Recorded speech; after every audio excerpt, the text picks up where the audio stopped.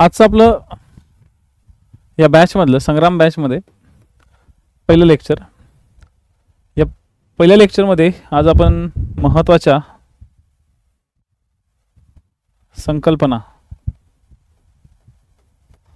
समजून घेणार आहोत. या महत्त्वाच्या संकल्पना आणि त्या महत्त्वाच्या संकल्पनांमध्ये सगळ्यात पहिले अर्थशास्त्राची ओळख नक्की काय आहे, अर्थशास्त्र हे काय आहे, कसं आहे आणि त्याचा एक सामाजिक शास्त्र म्हणून कसा काय त्याचा अर्थ निघतो. तर सगळ्यात प्रथम अर्थशास्त्र म्हणजे हे एक मानवाची एक मानवी किंवा एक सामाजिक एक शास्त्राचा तो एक भाग आहे ज्याच्यामध्ये मानवाच्या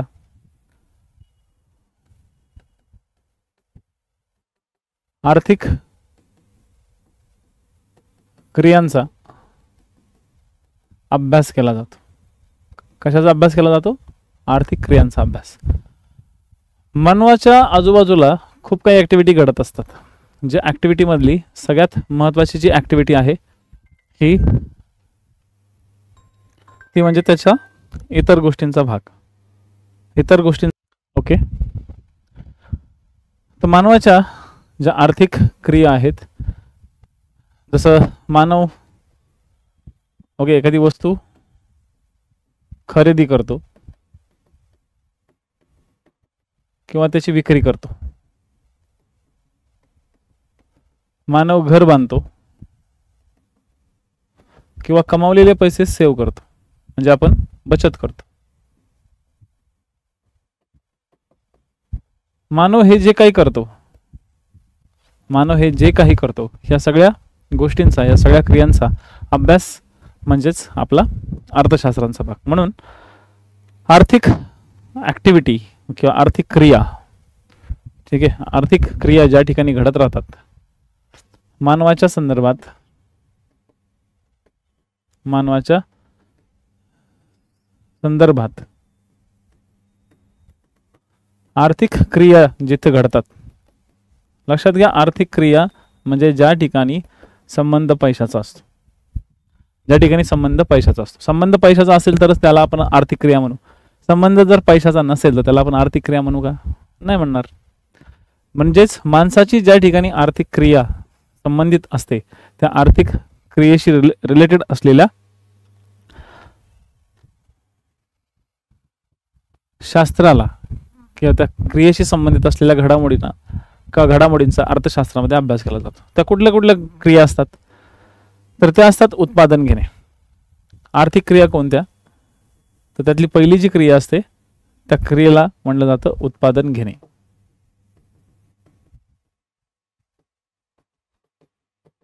त्याला आपण म्हणू प्रोडक्शन. त्याला आपण काय म्हणू? प्रोडक्शन, उत्पादन घेणे. त्यानंतर त्याचं वितरण करणे. ठीक आहे. त्याच्यानंतर उत्पादन घेतल्यानंतर आपण काय करतो? सेकंड स्टेज त्याचं वितरण करतो. म्हणजेच काय? तर डिस्ट्रीब्युशन.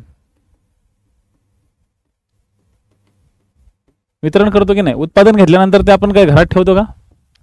नाही ना. तर त्याला आपण काय करतो?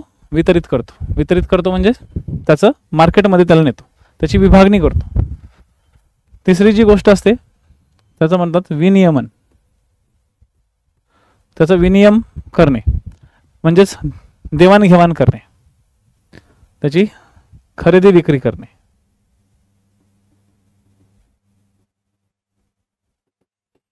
म्हणजे पैशाच्या मोबदल्यात वस्तू देणे. वस्तू आणि पैसा यांचा एकमेकांबरोबर काय होतो? या ठिकाणी विनिमय होतो. आणि जो व्यक्ती ती विनिमय करतो किंवा जी व्यक्ती ती वस्तू घेतो ती चौथी स्टेज असते, त्याला म्हणतात उपभोग. त्याला म्हणतात कन्झम्पशन. त्याला काय केलं जातं? कन्झम्पशन. म्हणजे थोडक्यात काय? तर उत्पादन घेणे, वितरण करणे, विनियम करणे आणि उपभोग घेणे अशा 4 गोष्टींचा या ठिकाणी आपल्याला विचार करावा लागतो.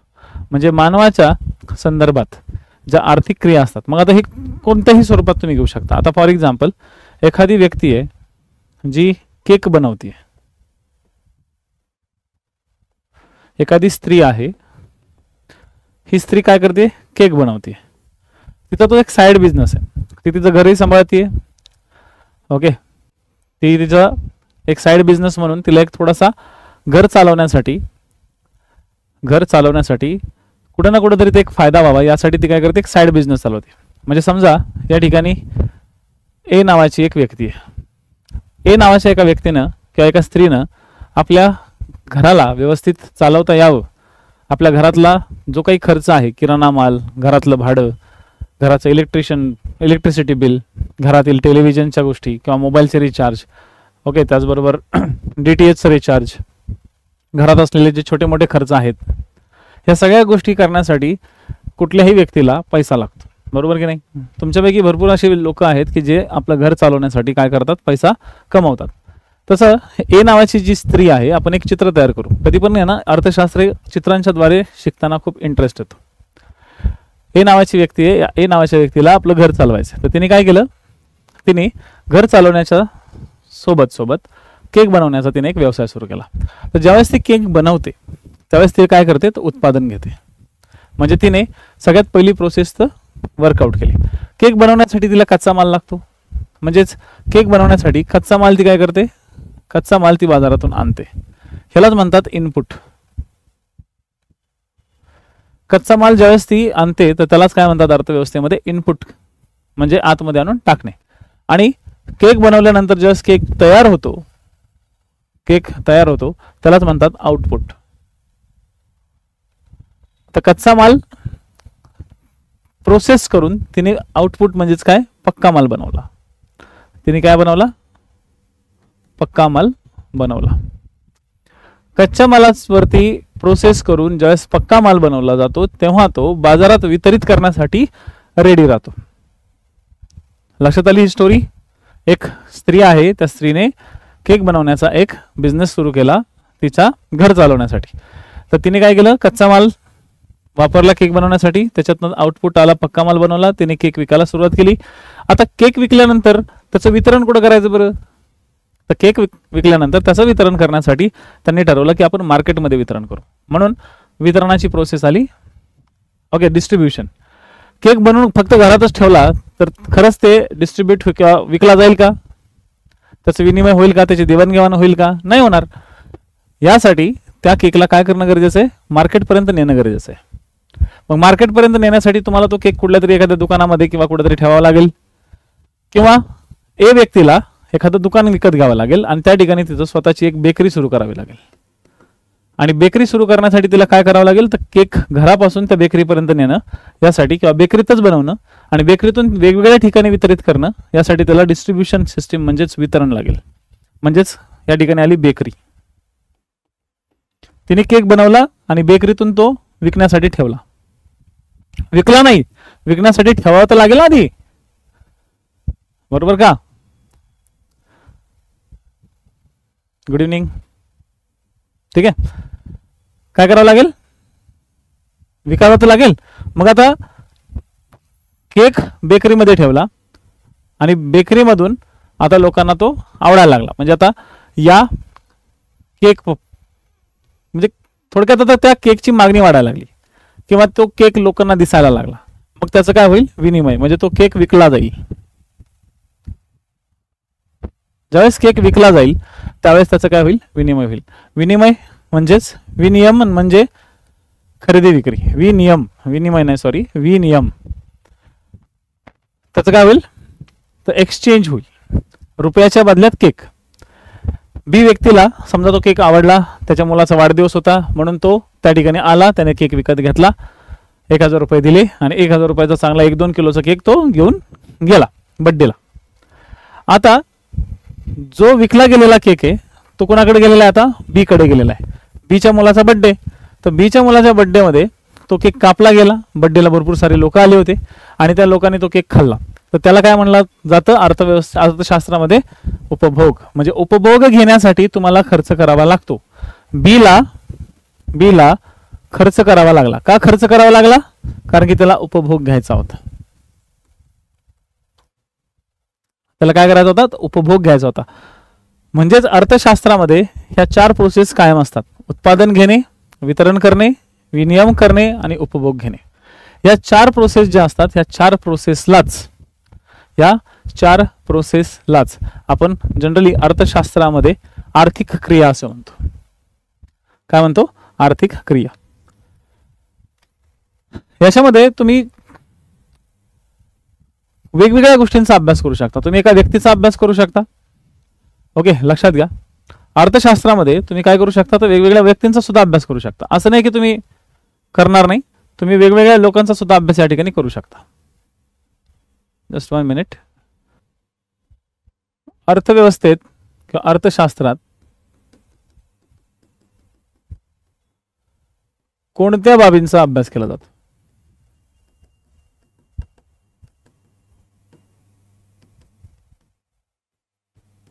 आपण आज पहिल्या लेक्चरमध्ये आहोत त्यामुळे मी काही खूप जास्त खोलात जाणार नाही.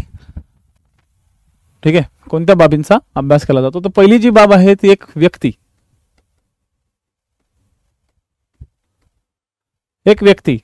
आणि त्याची कृती. आता एका व्यक्तीला, आता तुम्ही थोडासा तुमचा स्वतःचा विचार करा. तुम्ही काय केलं? तुम्ही लहानपणापासून ओके ज्यावेळेस तुम्ही 18 वर्षाचे होते, 18 वर्षापर्यंत कदाचित तुम्हाला स्वतःचा इन्कम सोर्स नसावा किंवा कदाचित आजपर्यंत सुद्धा इन्कम सोर्स नसावा. पण त्याच्यानंतर तुम्ही काय केलं? तुम्ही 18 वर्ष पूर्ण झाल्यानंतर तुमच्या करिअरचा विचार सुरू केला. बरं, तुम्ही करिअरचा विचार का सुरू केला? कारण की तुम्हाला असं वाटलं की करिअर केलं तर आपल्याला एक मंथली पगार मिळेल, मंथली पैसा मिळेल आणि या पगार पैशामुळे आपण काय करू? आपण आपलं घर व्यवस्थित चालू शकतो. म्हणून तुम्ही करिअरकडे वळाले. मग आता करिअरसाठी तुम्हाला खर्च असतो, शिक्षणाचा खर्च, काही कोर्सेसचा खर्च. आता कोर्सेसची गोष्ट जर निघाली तर आपण असं विचार करू तर तुम्ही MPC करायचं ठरवलं. ज्यावेळेस एखादा विद्यार्थी MPC करण्याचं ठरवतो त्यावेळेस तो क्लासेसचा विचार करतोच. आता काही क्लासेसमधून त्याला आउटपुट चांगलं मिळत नाही, काही क्लासेसमधून मिळतं. तर क्लासेसमध्ये आला तर परत ऑनलाईन क्लासेस. आता ऑनलाईन क्लासेससाठी तुम्ही काय आला? KG कडे आला. किरण गुरुजीचा ॲप समजा तुम्ही डाउनलोड केला आणि किरण गुरुजीचा ॲप करून तुम्ही ऑनलाईनवरती आला. आता ऑनलाईन कोर्स करायचा तर घरी बसून करायचा. तर ह्याच्यातून तुमचं काय होणार आहे? ह्याच्यात तुम्ही असा विचार केला, आता ज्या लोकांनी बॅच घेतली त्या लोकांनी असा विचार केला की यार आपला वेळ वाचेल. आपला काय होईल? वेळ वाचेल. काही लोकांनी असा विचार केला की अरे आपला पैसा पण वाचेल. बाहेर जाऊन 12-13 हजार रुपये महिन्याला राहण्यापेक्षा आपण घरात बसून व्यवस्थित करू. काही लोकांना असं वाटलं अरे यार आपण मॅनेज छान पद्धतीने करू शकतो, आपल्याला एकच लेक्चर 4 वेळा पाहू शकता. तुम्ही या सगळ्या गोष्टींचा विचार केलेला आहे. एकच लेक्चर 4 वेळा पाहू शकता. ऑफलाईन मध्ये पाहता येत नाही ना, त्यामुळे एक लेक्चर तुम्ही 4 वेळा पाहू शकता. आणि ह्या गोष्टी ज्यावेळेस तुम्हाला समजायला लागल्या त्यानंतर तुम्ही काय केले? तुम्ही या बॅच मध्ये आले. बरं, या बॅच मध्ये आल्यानंतर तुम्ही पेमेंट केलं. बरोबर, पेमेंट केलं. जो काही कोड तुम्हाला दिला होता तो तुम्ही वापरला. तर या सगळ्या प्रोसेसमध्ये कुठे ना कुठेतरी पैसा आला की नाही? आला ना पैसा.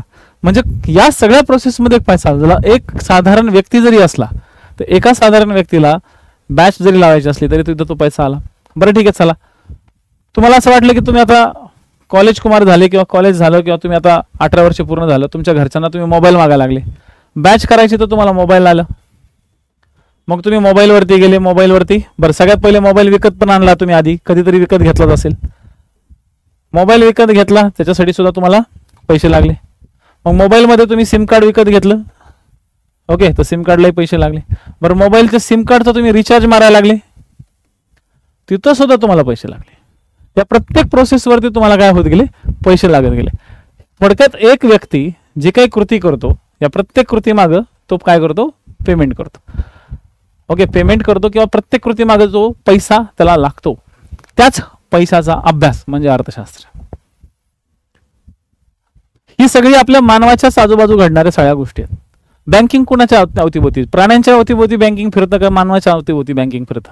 बँकिंग ही कन्सेप्ट प्राण्यांसाठी, गाय गुरे ढोरे यांच्यासाठी ती कन्सेप्ट आहे की माणसासाठी कन्सेप्ट आहे? आयात निर्यात कोण करतं? प्राणी करतात आयात निर्यात? ते करतात का माणसाची आयात निर्यात की नाही? की माणसं करतात प्राण्यांची आयात निर्यात? म्हणजे मानव हा जो प्राणी आहे, हा मानव हा प्राणी खूप खूप हुशार प्राणी आहे. आणि या प्राण्याने त्याला एक लक्षात असं आलं की आपण आपल्या ह्या ज्या काही कृती करतो ह्या कृतींमध्ये कुठं ना कुठेतरी पैसा किंवा देवाणघेवाण होते. जुन्या काळात देवाणघेवाण ही रोटीबेटी व्यवहाराने चालायची, की एका वस्तूच्या बदल्यात दुसरी वस्तू. मी तुला 5 किलो गहू देतो, तुम्हाला एक ओके नांगर तयार करून दे, असं लोहाराच्या आणि शेतकऱ्यामध्ये डील व्हायची. तुम्हाला 4 ड्रेस शिवून दे, मी तुला 40 किलो काय करतो गहू देतो, अशी शिंपी आणि शेतकऱ्यामध्ये डील व्हायची. जुन्या काळातल्या सगळ्या डील अशाच चालायच्या. परंतु आता तशा डील चालतात का? नाही चालत. आता अशा डील कुठल्याही प्रकारच्या चालत नाही. त्यामुळे एक गोष्ट लक्षात ठेवा, एक गोष्ट या ठिकाणी लक्षात ठेवणं गरजेचे की तुम्ही कुठल्याही प्रोसेसमध्ये जा, मानवाच्या आजूबाजूला इकॉनॉमिक्स कुठं ना कुठेतरी फिरत राहतं की नाही फिरत. समजा तुमचा काल काही छोटा मोठा खर्च झाला असेल, बरोबर पूजा, काही तुमचे खर्च झाले असतील छोटे मोठे, तर तो खर्च तुम्हाला करावा लागला, तो सुद्धा एक प्रकारचा इकॉनॉमिक्सचाच भाग आहे, बरोबर. तो सुद्धा एक इकॉनॉमिक्सचा भाग आहे. आज मी सुद्धा गाडीत येताना डिझेल भरलं, तो सुद्धा एक इकॉनॉमिक्सचा भाग आहे. मला गाडी चालवायची इथपर्यंत यायचं तर मला डिझेल भरावंच लागेल ना. या सगळ्या गोष्टी इकॉनॉमिक्सला धरून आहेत. आणि इकॉनॉमिक्सला धरून ज्या गोष्टी असतात त्या ठिकाणी एक अर्थशास्त्राचा कन्सेप्ट एखाद्या व्यक्तीच्या अवतीभोवती फिरला तर त्याला छोटं अर्थशास्त्र म्हणतात. बस एवढंच लक्षात ठेवा.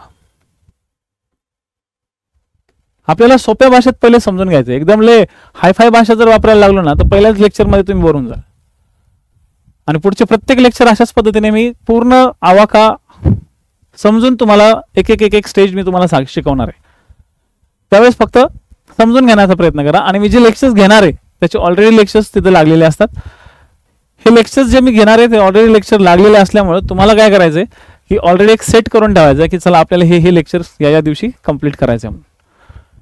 त्यामुळे कुठलाही एक व्यक्ती, कुठली एक संस्था, एक व्यक्ती, एक संस्था किंवा एक छोटासा बाजार एक छोटं अर्थशास्त्र ठरू शकतं. एक छोटंसं अर्थशास्त्र ठरू शकतं. आणि हे छोटंसं अर्थशास्त्र खूप मोठं पण बनू शकतं. म्हणजे थोडक्यात काय, एखाद्याचं उत्पन्न, एखाद्याचा खर्च, एखाद्याचा उपभोग, एखाद्याचं उत्पन्न, खर्च, उपभोग या सगळ्या गोष्टींचा ज्या ठिकाणी अभ्यास केला जातो एका व्यक्तीचा, एका संस्थेचा, त्याला म्हणतात लहान अर्थशास्त्र. आणि लहान अर्थशास्त्राला जनरल म्हटलं जातं सूक्ष्म अर्थशास्त्र. काय म्हणतात? सूक्ष्म अर्थशास्त्र. ठीक आहे. आता वेगवेगळ्या लोकांनी यावरती खूप मतं मांडली, खूप प्रिन्सिपल्स मांडल्या आणि या सगळ्या प्रिन्सिपल्सचा आपल्याला अभ्यास इकॉनॉमिक्समध्ये करायचा आहे. मग आता मुद्दा इथं स्टार्ट असा होतो की या इकॉनॉमिक्सची उत्पत्ती कुठून झाली, इकॉनॉमिक्स आला कुठून हा शब्द. ठीक आहे. इकॉनॉमिक आला का? कारण की इकॉनॉमिक्समध्ये खूप काही गोष्टी आहेत. इकॉनॉमिक्समध्ये इकॉनॉमिकल सायन्स पण आहे. ठीक आहे. इकॉनॉमिक्समध्ये इकॉनॉमिक सायन्स पण येतं. इको हे एक सायन्स पण मानलं जातं, परंतु त्याला पूर्णपणे सायन्स नाही मानलं जात. 99% मानलं जातं. 1% ते सायन्स नाही आहे. इकॉनॉमिक्समध्ये ओके जिओग्राफीचा पण अभ्यास होतो. इकॉनॉमिक्समध्ये पॉलिटीचा पण इकॉनॉमिक्स चालतं, कारण की पॉलिटीमध्ये सुद्धा इकॉनॉमिकल पार्ट असतो. केंद्र राज्य संबंधामध्ये तो आपल्याला पुढे शिकायचा पण आहे पॉलिटीमध्ये. म्हणजे इकॉनॉमिक्सची व्याख्या खूप वेगवेगळ्या प्रकारची आलेली आहे. मग इकॉनॉमिक्सचा खरा अभ्यास कुठून आला किंवा काय शब्द झाला, तर सगळ्यात पहिले आपण शोध घेऊ इकॉनॉमिक्स या शब्दाचा. इकॉनॉमी या शब्दाचा ज्यावेळेस आपण शोध घेतला ओके त्यावेळेस हा शब्द ओकिओ ओके ओइकोनॉमिया या ग्रीक शब्दापासून तयार झाला. ठीक आहे. याच्यातला ओइकोस याचा अर्थ होतो हाऊस म्हणजे घर. ओके. आणि नॉमियाज ओके नॉमोस याचा अर्थ असतो रूल म्हणजे नियम. म्हणजे थोडक्यात घराचे नियम. आता घराचे नियम म्हणजे काय, तर घर चालवण्यासाठी एक नियम लागतात. आता हे घर म्हणजे तुम्ही एका व्यक्तीचं घर घ्या, एक कुटुंब घ्या, एक जिल्हा घ्या किंवा एक देश घ्या किंवा एक राज्य घ्या, तुम्ही काही घ्या. एक कुटुंब, एक जिल्हा, एक देश, एक राज्य या गोष्टी चालवण्यासाठी जे नियम लागतात, या गोष्टी चालवण्यासाठी जे नियम लागतात त्यालाच म्हणतात इकॉनॉमिक्स. ही ग्रीक काळातील ही महत्वाची संकल्पना आहे. जुन्या काळामध्ये आर्यभट्ट वगैरे या लोकांनी सुद्धा ह्या अर्थशास्त्र या संकल्पनेवरती आपली मत मांडायला सुरुवात केली होती. बट ग्रीक लोकांचं जे मत होतं ते एकदम शास्त्रशुद्ध पद्धतीने होतं. आर्यभट्टाने काय केलं ते आपण पुढे बघू. पण ग्रीक लोकांचं एक म्हणणं असं होतं की एखादं राज्य चालवायचं असेल तर त्या राज्याला एक आर्थिक पद्धतीनं बांधणं गरजेचं आहे. जर तिथलं राज्य आर्थिक पद्धतीने बांधलं गेलं तर त्या राज्याचं काहीतरी भलं होईल, नाही तर त्या राज्याचं भलं होणार नाही. म्हणून देश चालवण्यासाठी, राज्य चालवण्यासाठी किंवा त्यांचं व्यवस्थापन करण्यासाठी जे नियम बनवले जातात त्या नियमाला काय म्हणलं जातं? इकॉनॉमिक्स. आणि इकॉनॉमिक्स हा जो पार्ट आहे हाच पार्ट आपल्याला पुढे बघायचा. मग विविध अर्थशास्त्रज्ञांनी काही व्याख्या केल्या होत्या. विविध अर्थशास्त्रांच्या काही आपण व्याख्या समजून घेऊ. विविध अर्थशास्त्राच्या किंवा अर्थतज्ञांच्या काही व्याख्या समजून आपण घेऊ.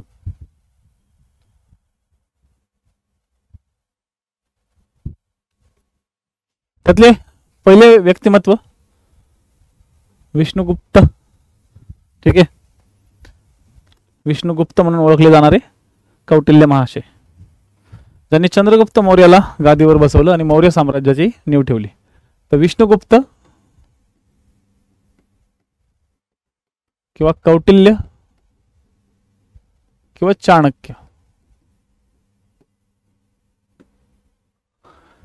या व्यक्तीने, ठीक आहे, अर्थ म्हणजे पैसा. बघा सिंपल सांगितलंय. अर्थ म्हणजे काय? तर पैसा किंवा संपत्ती. ज्या ठिकाणी संपत्ती, ठीक आहे, ज्या ठिकाणी संपत्तीचा अभ्यास केला जातो, अभ्यास केला जातो, एक शास्त्र म्हणून अभ्यास केला जातो, एक शास्त्र म्हणून ज्याचा अभ्यास केला जातो त्यालाच म्हणलं जातं अर्थशास्त्र. आणि हे अर्थशास्त्र चालवायचं असेल तर तुम्हाला संपत्तीचा, पैशाचा विचार करावाच लागतो. बिना पैशाचं, बिना संपत्तीचं अर्थशास्त्र होत नाही. यांनी स्वतःचा एक ग्रंथ तयार केला, अर्थशास्त्र. ओके, याने एक ग्रंथ लिहिला होता, त्या ग्रंथाचं नाव होतं अर्थशास्त्र. पण या अर्थशास्त्रामध्ये इकॉनॉमिक्स नसून यात राजकारण जास्त होत.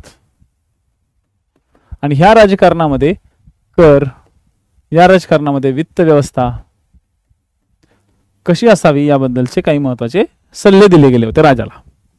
ठीक आहे, तर हा राजकीय अर्थव्यवस्था आपण याला म्हणू शकतो की हा जो ग्रंथ आहे तो राजकीय अर्थव्यवस्थेसाठी तयार केला गेला होता. मला सांगा, राजाला जर राज्य करायचं असेल तर त्याला संपत्ती पाहिजे की नाही? चंद्रगुप्त मौर्याला ज्यावेळेस कौटिल्याने गादीवर बसवलं तर चंद्रगुप्त मौर्य काय फटीचर होता का? त्याला डायरेक्ट उचलून ठेवलाय का तिथं गादीवर की बाबा तू बस, आता तू टेन्शन घेऊ नको, तू फक्त राज्य कर, मी बाकीचं सगळं बघतो? असं थोडीच चालणार आहे. जर तुम्हाला राज्य स्ट्रॉंग करायचं तर तुम्हाला सैनिकांना पगार द्यावा लागेल. तर तुम्हाला राज्य स्ट्रॉंग करायचं तर तुमच्याकडे सैनिक पहिली पाहिजे. तुम्हाला राज्य स्ट्रॉंग करायचं असेल तर तुम्हाला सगळ्यात पहिले तटबंदी बांधली पाहिजे. तुम्ही त्यासाठी किल्ले बांधले पाहिजेत, त्यासाठी तुम्ही शहरं बसवली पाहिजे. बरोबर ना? जर तुम्हाला तुमचं राज्य चांगल्या पद्धतीने करायचंय तर तुम्हाला शहरं बसवणं गरजेचं आहे. सगळ्या गोष्टी या ठिकाणी सेट करणं गरजेचं आहे. पण जर त्या गोष्टी सेट करता नाही आल्या तर डेफिनेटली खूप प्रॉब्लेम क्रिएट होऊ शकतो. आणि म्हणून कुठे ना कुठेतरी आपलं कौटिल्याने तयार केलेलं जे अर्थशास्त्र किंवा जे काही अर्थशास्त्र हा ग्रंथ होता त्याच्यात राजकीय अर्थव्यवस्थेला खूप जास्त मोठ्या प्रमाणात समावेश करण्यात आला होता. ठीक आहे, सरकार आणि राज्याचे महत्व त्यांनी सांगितले होतं. सुशासन कसं करायचं? सुशासनासाठी कशाची गरज असते? तर सुशासनासाठी गरज असते एक चांगल्या व्यवस्थेची. याचं म्हणणं असं होतं की जी जनता आहे, बघा, जनता स्वतःच्या संरक्षणासाठी राजाला कर देणार. ओके, राजाला कर देणार. कशासाठी? संरक्षण. राजाने संरक्षण करावे. ओके, हा राजा या प्रजेला संरक्षण देणार. आणि यासाठी राजाला खर्च करावा लागणार. आणि यासाठी राजा काय तयार करणार? मग संरक्षण देण्यासाठी राजा सैन्य तयार करणार. तसंच या प्रजेला काही महत्वाच्या सेवा पुरवणार आणि सेवा पुरवण्यासाठी काही कर्मचारी अपॉइंट करणार किंवा सरकारी विभाग तयार करणार.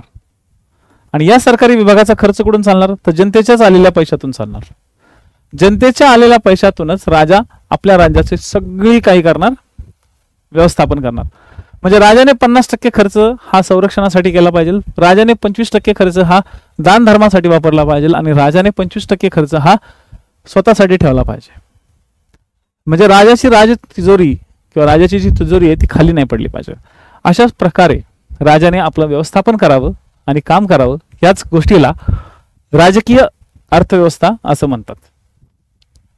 राजकीय अर्थव्यवस्था असं म्हणतात. आणि चाणक्याने राजांना हे सांगितलं होतं. पुढे कित्येक वर्ष या चाणक्य नीतीला अनेक राजांनी अनेक संस्थानिकांनी आपल्याकडे स्वीकारलं होतं. आता हे झालं एकदम प्राचीन काळातल्या गोष्टी. प्राचीन काळातल्या गोष्टींमध्ये एक अरिस्टॉटल नावाचा ग्रीकमध्ये किंवा युरोपमध्ये एक व्यक्ती होऊन गेला. त्या युरोपमधल्या व्यक्तीने सुद्धा, अरिस्टॉटलने सुद्धा राज्यातील आर्थिक गोष्टींवरती भर दिला होता. काही मूल्यांवरती त्यांनी प्रकाश टाकला होता. त्याचं म्हणणं होतं की जर राज्यात राहायचंय, जर देशात राहायचंय तर लोकांना कर भरावा लागेल. कर भरला तरच या ठिकाणी राजाला पैसा मिळेल, राजाची तिजोरी भरलेली राहील आणि राजा त्या लोकांचं संरक्षण करेल. शेवटी येऊन जाऊन त्याच ठिकाणी आलो आपण, लोकांचं संरक्षण. पॉइंट लक्षात आले? येऊन जाऊन शेवटी तिथंच आलो आपण, लोकांचं संरक्षण. म्हणून कौटिल्याची कुठेतरी आपण सगळ्यात पहिली व्याख्या समजून घेणं गरजेची होती. त्यानंतरचा जो व्यक्ती होता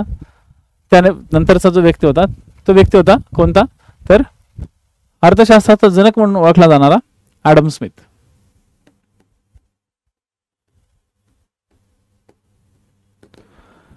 या ॲडम स्मिथने ओके, त्याची एक ओळखच वेगळी आहे. तो सनातनवादी अर्थतज्ञ होता. तो सनातनवादी अर्थतज्ञ होता, म्हणजे जुन्या विचारसर. ठीक आहे, जुन्या विचाराचा. त्याने एक बुक लिहिलं होतं. ठीक आहे, त्याने काय लिहिलं होतं? द बुक, राष्ट्राची संपत्ती.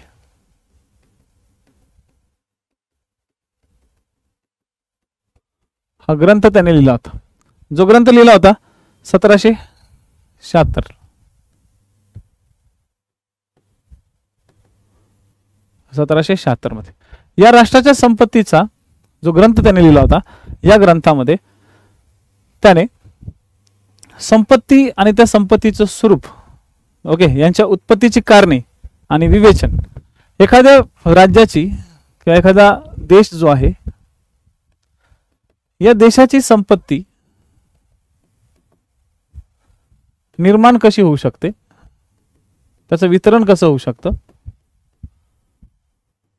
एखाद्या देशाची संपत्ती कशी होऊ शकते, त्याचं स्वरूप कसं असू शकतं, या सगळ्यांवरती प्रकाश टाकणारा हा त्याने एक ग्रंथ लिहिला होता. त्याला म्हणलं जातं राष्ट्राची संपत्ती. या राष्ट्राच्या संपत्तीमधून त्याने सूक्ष्म अर्थशास्त्राला सुद्धा भर देण्यात आला होता. ओके, ठीक आहे. त्याने सांगितलं होतं की अर्थशास्त्र हे एक थोडक्यात संपत्तीचे शास्त्र आहे. त्याने अर्थशास्त्राची व्याख्या एकदम सिंपल केली होती. अर्थशास्त्र हे संपत्तीचे शास्त्र आहे. लक्षात ठेवा का, संपत्तीचं शास्त्र आहे. जर तुम्ही संपत्तीचा अभ्यास केला तर तुम्ही अर्थशास्त्राचा अभ्यास केला. आणि अर्थशास्त्राचा अभ्यास करण्यासाठी आपल्याला सगळ्यात पहिले संपत्तीकडेच लक्ष द्यावं लागतं. दुसरे व्यक्ती होते अल्फ्रेड मार्शल. ठीक आहे, दुसरे व्यक्ती कोण होते? Alfred Marshall.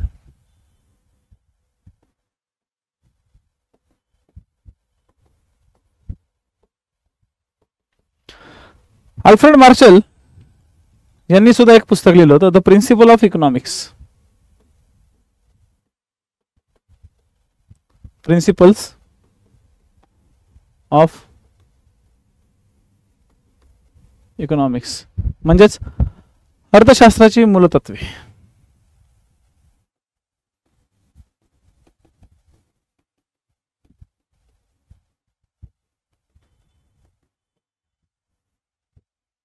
अर्थशास्त्राची मूलतत्वे यामध्ये त्यांनी काय लिहिलं होतं, तर या प्रिन्सिपल ऑफ, या पुस्तकामध्ये त्यांनी लिहिलं होतं की आपल्या ओके मानवी कल्याणाचा पण विचार अर्थव्यवस्थेमध्ये केला गेला पाहिजे. मानवी कल्याणाचा विचार अर्थशास्त्रामध्ये झाला पाहिजे. अर्थशास्त्र हे फक्त भौतिक साधन नाहीये किंवा भौतिक संपत्तीचं किंवा संपत्तीचं साधन नाहीये. थोडासा ॲडम स्मिथ आणि मार्शल मध्ये थोडासा विरोधाभास आहे. ॲडम स्मिथने काय सांगितलं, फक्त संपत्तीचे शास्त्र आहे. आणि संपत्ती कशी असते, तर संपत्ती थोडक्यात भौतिक स्वरूपाची असते.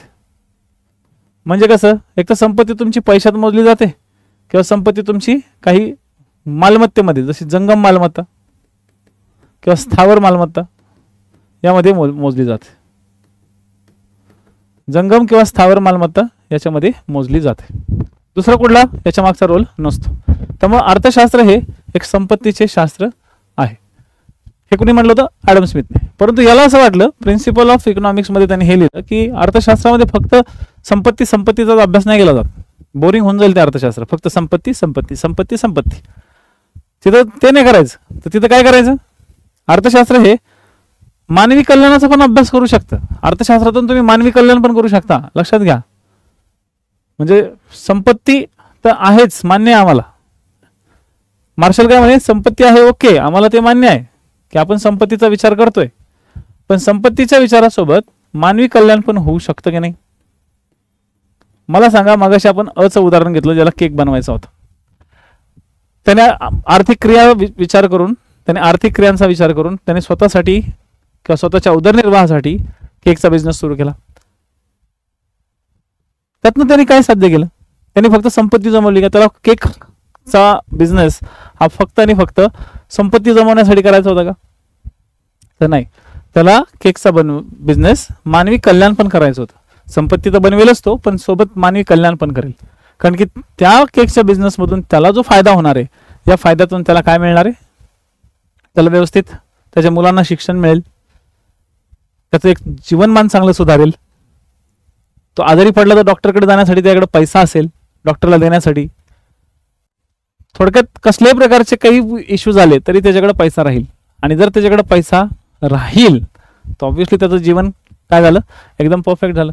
आणि म्हणूनच अर्थशास्त्रामध्ये ज्यावेळेस आपण अभ्यास करतो, तर अर्थशास्त्राच्या या अभ्यासामध्ये सगळ्यात महत्त्वाची गोष्ट जी असते, ते अर्थशास्त्र हे एक संपत्तीचं शास्त्र नसून, फक्त तिथपर्यंतच मर्यादित नसून, अर्थव्यवस्थेमध्ये मानवी कल्याण पण होऊ शकतं. हे मानवी कल्याण सांगणारा माणूस कोण, तर अल्फ्रेड मार्शल. आणि एकदम सोपं आहे, मार्शलचा मा लक्षात ठेवा आणि मानवी कल्याणचा मा लक्षात ठेवा. मामा समजून चालायचं, मार्शल. मामा कोण, मार्शल. तर मार्शल मामानं काय सांगितलं, मार्शल मामानं सांगितलं की मानवी कल्याण ज्या ठिकाणी होत राहतं किंवा मानवी कल्याणासाठी जे शास्त्र असतं त्यालाच म्हणतात अर्थशास्त्र. मानवी कल्याणासाठी जे शास्त्र असतं त्यालाच म्हणतात मानवी शास्त्र. म्हणजे थोडक्यात ह्युमन वेलफेअर ज्या ठिकाणी होते, ठीक आहे, त्या ठिकाणी होते. म्हणजे त्या ठिकाणी समाजाचा विचार केला जातो, समाजातील रिसोर्सेसचा विचार केला जातो. त्या रिसोर्सेसला म्हणजे त्या साधन संपत्तीला समाजाच्या हितासाठी वापरलं जातं. मार्शलनी खूप मोठी क्रांती घडवून आणली होती इकॉनॉमिक्समध्ये. 1890 मध्ये ज्यावेळेस त्यांनी हा ग्रंथ प्रकाशित केला होता, प्रिन्सिपल ऑफ इकॉनॉमिक्स, कधी आला, 1890 मध्ये. या 1890 मधल्या ह्या ग्रंथानं खूप मोठा पाया डेव्हलप केला होता. त्याच्या आधीचा पाया ॲडम स्मिथनं तयार केला, कारण की ते सनातनीवादी अर्थतज्ञ होते. ते काय होते, सनातनवादी अर्थशास्त्र होते. तर हे अल्फ्रेड मार्शल वगैरे हे लोक कसे होते, तर या आधुनिक काळातले महत्वाचे काही लोक होते. तर कायम लक्षात ठेवा, ओके. हे बेसिक पॉइंट्स लक्षात ठेवणं गरजेचं आहे. मला तरी असं वाटतं, ठीक आहे, मला तरी असं वाटतं की तुम्ही या पद्धतीने फोकस ठेवणं गरजेचं आहे. मी मगापासून म्हटलं की अर्थशास्त्र हे सामाजिक शास्त्र आहे, अर्थशास्त्र हे सामाजिक शास्त्र आहे. तर काय असतं बरं अर्थशास्त्र सामाजिक शास्त्र, तर लक्षात घ्या, दोन प्रकारचे शास्त्र असतात. एक असतं नैसर्गिक शास्त्र. नैसर्गिक शास्त्र म्हणजे काय रे पोरांनो, असं शास्त्र, ठीक आहे, की ज्याच्या सिद्धांताला प्रयोगशाळेमध्ये पडताळून पाहता येऊ शकतात. ज्याचे सिद्धांत किंवा गृहीतक प्रयोगशाळेत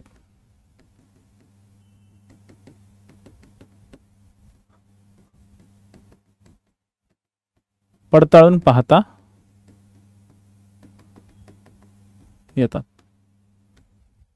त्याला काय म्हणतात? नैसर्गिक शास्त्र. तर शास्त्रामधला हा पहिला प्रकार. तर दुसरा प्रकार काय? तर सामाजिक शास्त्र.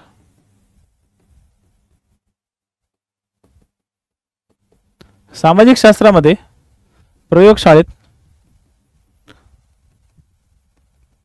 गृहीतक पडताळता येत नाही.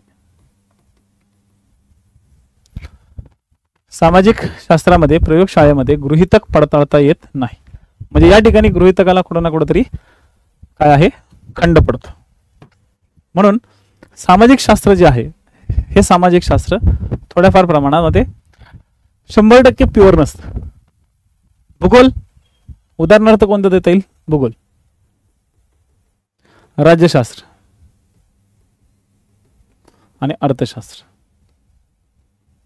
इव्हन समाजशास्त्र, ही सगळी जी शास्त्र आहेत ना, ही सगळी शास्त्र कशी असतात? सामाजिक शास्त्र असतात. ह्याच्यामध्ये मानवी वर्तणूक असते. ह्याच्यामध्ये मानवी वर्तणूक असते. ह्याचं एक उदाहरण पण आपल्याला समजून सांगता येईल की बघा आता मानवी वर्तणूक म्हणजे काय? अर्थशास्त्रामध्ये मानवाने बचत करणं हा एक चांगला मानला जातो. माणसाने बचत करणं ही चांगली क्रिया मानली जाते. मग बचत करणं हा जर आपण नैसर्गिक शास्त्रानुसार बघितला आणि माणसाने सगळ्या वस्तू जर बचतच केल्या तरी त्या माणसाचंही भलं होणार नाही आणि त्या देशाचंही भलं होणार नाही. माणसानं असं ठरवलं की मी 100% बचत करणार, तर मला सांगा 100% बचत करणं हे सहज शक्य होईल का? मग तुम्ही खर्च काय करणार? तुम्ही तुमचा उपभोग काय करणार? आला पगार फक्त ठेवला, आला पगार फक्त ठेवला, आला पगार ठेवला, तुम्ही खर्चच नाही केला, तर तुम्ही पैशाला काय करताय? थांबवताय. पैशाचा जो प्रवाह आहे तो तुम्ही काय करताय? ब्रेक करताय. बचत करणे ही सिद्धांताच्या दृष्टिकोनातून जर विचार केला तर ते योग्य गोष्ट आहे. बचत करणं हे सिद्धांताच्या दृष्टिकोनातून योग्य गोष्ट आहे, लक्षात येते. परंतु 100% बचत करणं हे सामाजिक दृष्टिकोनातून योग्य नाही आहे. लक्षात आलं? बचत करणं हे नैसर्गिक शास्त्राच्या हिशोबाने योग्य आहे, पण सामाजिक दृष्टिकोनातून बचत करणं हे योग्य नाही. खूप जास्त बचत करायची नसते. 50% बचत करा, 50% खर्च करा, इथपर्यंत तुम्ही करू शकता. परंतु कंटिन्यू तुम्ही बचतच करताय तर तुमचा देश बुडाल.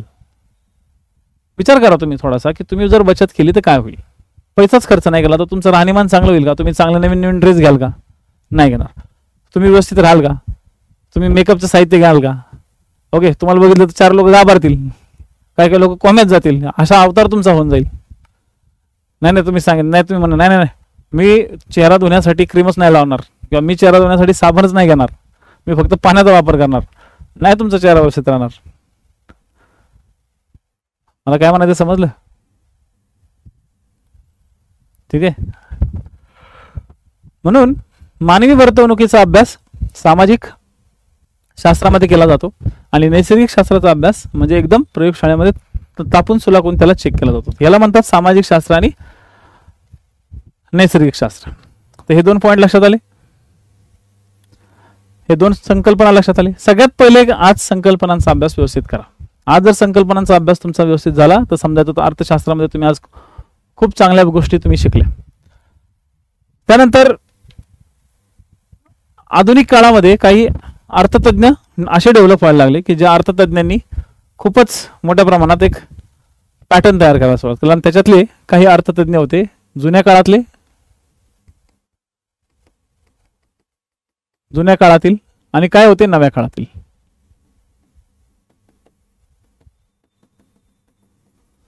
जे जुन्या काळातले होते ते कोणते होते? जे जुन्या काळातले लोक होते थोडक्यात त्याच्यामध्ये त्याला क्लासिकल म्हणतात. त्याला काय म्हणतात? क्लासिकल्स, जुने. यामध्ये ॲडम स्मिथ, माल्थ, पुढे आपल्याला बघायचंच आहे माल्थ आणि डेव्हिड रिकार्डो.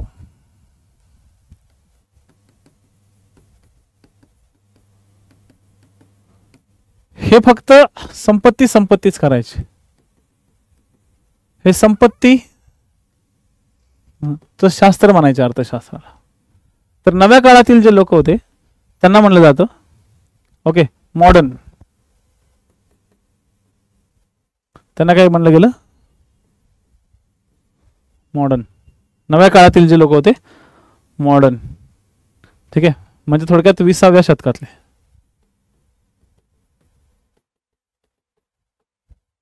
ज्यामध्ये ओके रॉबिन्स, सॅम्युएल्सन,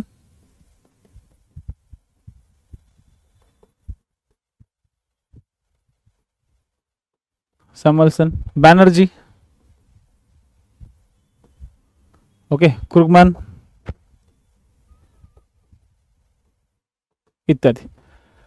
तर जुन्या आणि नव्या काळातल्या मधल्या भागात काही संक्रमणकालीन सुद्धा ओके काही संक्रमणकालीन अर्थशास्त्र सुद्धा होऊन गेले, ज्यांना म्हणलं जातं न्यू क्लासिक. New classic. तर हे जे न्यू क्लासिक लोक होते त्यामध्ये होते अल्फ्रेड मार्शल ओके आणि पिगू. अल्फ्रेड मार्शल, पिगू हे जे लोक होते हे नव क्लासिक म्हणजे न्यू क्लासिक भागातील होते. ओके म्हणजे ते 19वे व 20वे शतक याच्या दरम्यान थोडेसे आधुनिक विचार त्यांचे झाले होते. एकदम क्लासिक जुन्या काळातले नव्हते ते, तर थोडेसे न्यू क्लासिक टाईपचे होते. तर हे काही अर्थतज्ञ तयार झाले होते आणि या अर्थतज्ञांचं असं म्हणणं होतं. त्यातलं बघा रॉबिन्स नावाचे जे व्यक्ती होते, हे जे रॉबिन्स, मी मॉडर्न काळातले जे रॉबिन्स मी तुम्हाला सांगतोय, रॉबिन्स साहेबांनी ओके एक शब्द खूप छान वापरला होता. अर्थशास्त्राचा अभ्यास तुम्ही या लेवलवरती करा, कारण की माणसाची गरज ही अमर्यादा आहे आणि आपल्याकडे असलेले रिसोर्सेस म्हणजे साधने हे मर्यादित आहेत.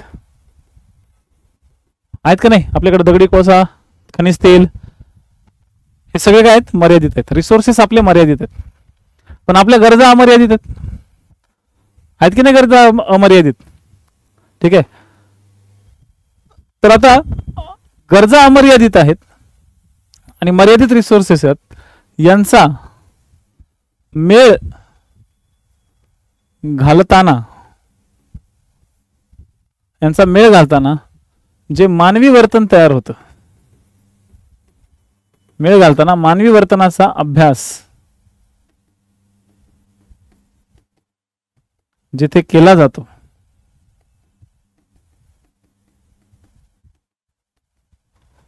त्याला मानवी वर्तनाचा अभ्यास जेथे केला जातो त्यालाच अर्थशास्त्र असं म्हणतात. म्हणजे नीट समजून घ्या. ॲडम स्मिथने काय सांगितलं बरं? ॲडम स्मिथ या काकांना सांगितलं संपत्तीचा अभ्यास केला जातो.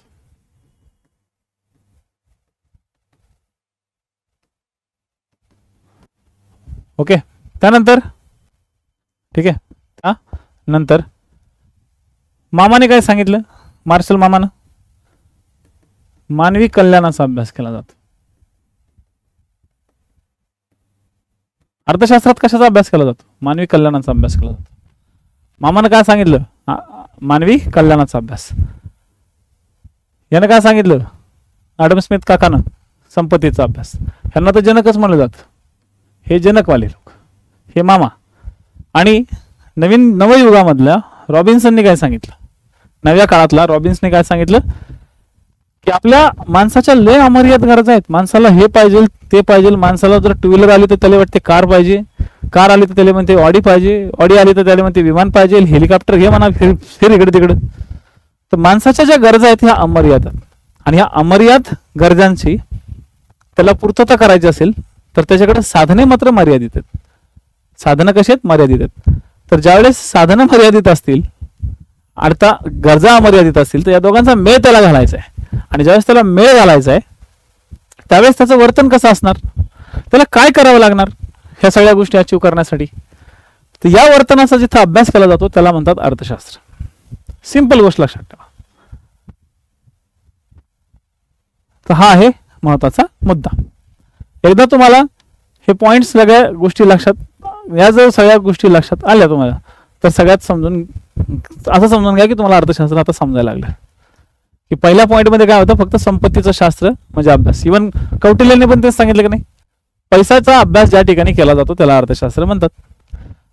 ऍडम स्मिथनं पण तेच सांगितलं, संपत्तीचा अभ्यास ज्या ठिकाणी केला जातो त्याला अर्थशास्त्र म्हणतात. हा म्हणे मार्शल काय म्हणे, मानवी कल्याणाचा अभ्यास जिथे केला जातो त्याला अर्थशास्त्र म्हणतात. सगळ्यांचं बरोबर होतं. ठीक आहे, सगळ्यांचं अर्थ एकदम बरोबर होतं. आणि म्हणूनच आपण प्रत्येक वेळेस हा विचार करतो की अर्थशास्त्र हे एक व्यापक स्वरूपाचं शास्त्र आहे. तर कधी कधी अर्थशास्त्र हे छोटं पण आहे आणि कधी कधी अर्थशास्त्र हे मोठं पण आहे. यानुसार अर्थशास्त्राचे दोन महत्वाचे पाठ तयार होतात. आपल्या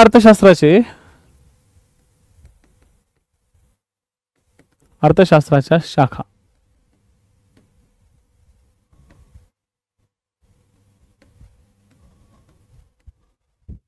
अर्थशास्त्राच्या शाखा.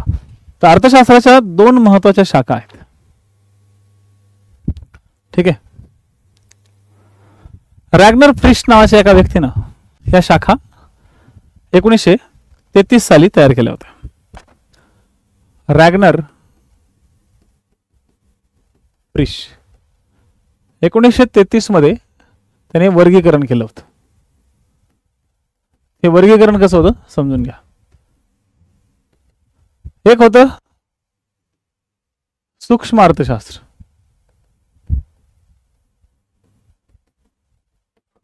तर एक होतं समग्र अर्थशास्त्र.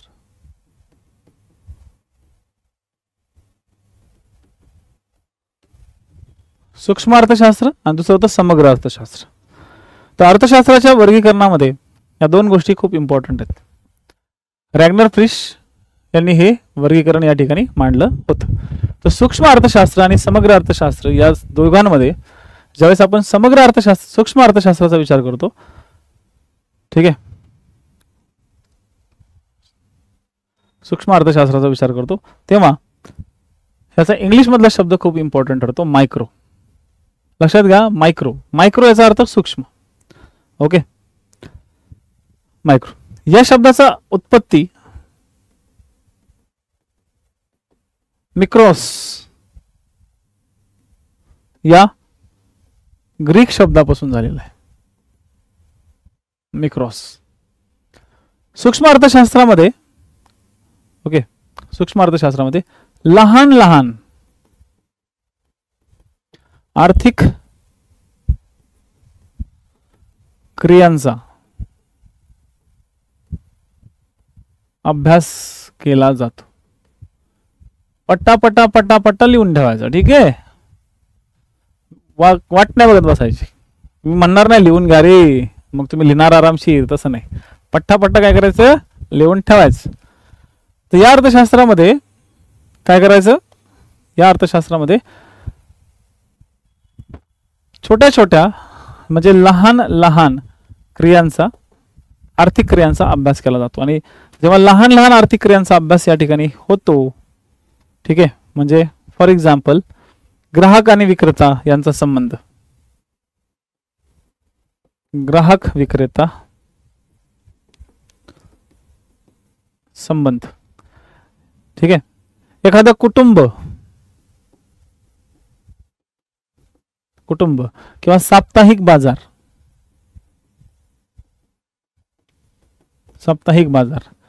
यांचा संबंध या गोष्टीत येतात.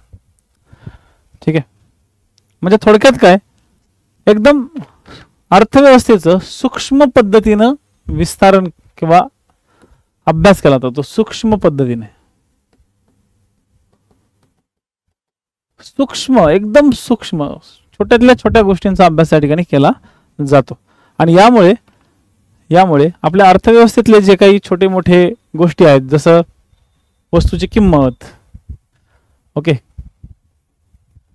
पगार, भत्ते किती दिले जावे, बिल किती आकारावं, बिल, या सगळ्या छोट्या छोट्या गोष्टी ठरवल्या जातात. या सगळ्या गोष्टी ठरवण्यासाठी याचा उपयोग होतो. म्हणजे समजा साप्ताहिक बाजारामध्ये तुम्ही कधी गेला असाल तर साप्ताहिक बाजारामध्ये गेल्या म्हणजे बाजार सुरू झाल्या साप्ताहिक बाजारामध्ये गेल्या किंवा बाजार सुरू झाल्या तुम्हाला खूप महागामध्ये वस्तू विकल्या जातात. काय केल्या जातात? खूप महागामध्ये वस्तू विकल्या जातात. परंतु साप्ताहिक बाजार जसा जसा एंड होतो, आठवड्यातनं एकच दिवस तो बाजार भरतोय साप्ताहिक बाजार म्हणजे 7 दिवस नाही, आठवड्यातनं एक दिवस तो बाजार असणार आहे त्या ठिकाणी. आणि जो विक्रेता आहे तो बाजार सुरू व्हायच्या वेळेस वस्तूच्या किमती जास्त ठेवतो, परंतु वस्तूच्या किमती बाजाराच्या शेवटी काय करतो? तो कमी करत येतो. आणि शेवटच्या स्टेजला म्हणजे ज्यावेळेस बाजार बंद व्हायचा असतो रात्री 7-8 वाजता, तर तो एकदम मागेल त्या किमतीला, एकदम कमी पण नाही म्हणजे फुकट घेऊन जा असं नाही म्हणत, तो एकदम कमी किमतीला त्या वस्तू तो द्यायला तयार होतो. एकदम कमी किमतीला. ज्यावेळेस तो एकदम कमी किमतीला वस्तू द्यायला तयार होतो त्यावेळेस समजून चालायचं, ओके, त्यावेळेस समजून चालायचं की कुठं ना कुठं तरी हा सूक्ष्म अर्थव्यवस्थेचा या ठिकाणी अर्थशास्त्राचा या ठिकाणी संबंध पडतो. किंवा कधी तुम्ही बघितलं असेल get buy one get one free, एकावर एक वस्तू फ्री, ही सुद्धा एक प्रकारची सूक्ष्म अर्थशास्त्राची स्ट्रॅटेजी आहे. हे मोठ्या अर्थशास्त्रामध्ये असल्या नाही गोष्टी चालत, तिथं नाही चालत. म्हणजे एक मोठं कर्ज घ्या त्याच्यावर दुसरं कर्ज फ्री. कर्जाची प्रोसेस जी असते ती मोठी प्रोसेस असते, पण एखाद्या वस्तूची प्रोसेस आहे तर ती छोटी प्रोसेस आहे. त्याच्यामुळे एका वस्तूला घ्या तुम्ही, दुसरी वस्तू तुम्हाला त्यावरती काय दिली जाईल? फ्री दिली जाईल. या ज्या प्रोसेस असतात या सगळ्या प्रोसेसेस म्हणजे सूक्ष्म अर्थशास्त्र. लक्षात आलं? काही अवघड नाहीये, फक्त तुम्हाला या संकल्पना चांगल्या लक्षात ठेवायच्यात. सूक्ष्म अर्थशास्त्राचा भाग कुठे मिळतो आणि विशेष म्हणजे रॅग्नर फिशर यांनी हे जे काही वर्गीकरण केलं आणि अर्थव्यवस्थेत जे योगदान केलं, तर म्हणूनच त्यांना 1969चा ओके यांनाच 1969 मध्ये अर्थशास्त्राचा नोबेल दिला होता.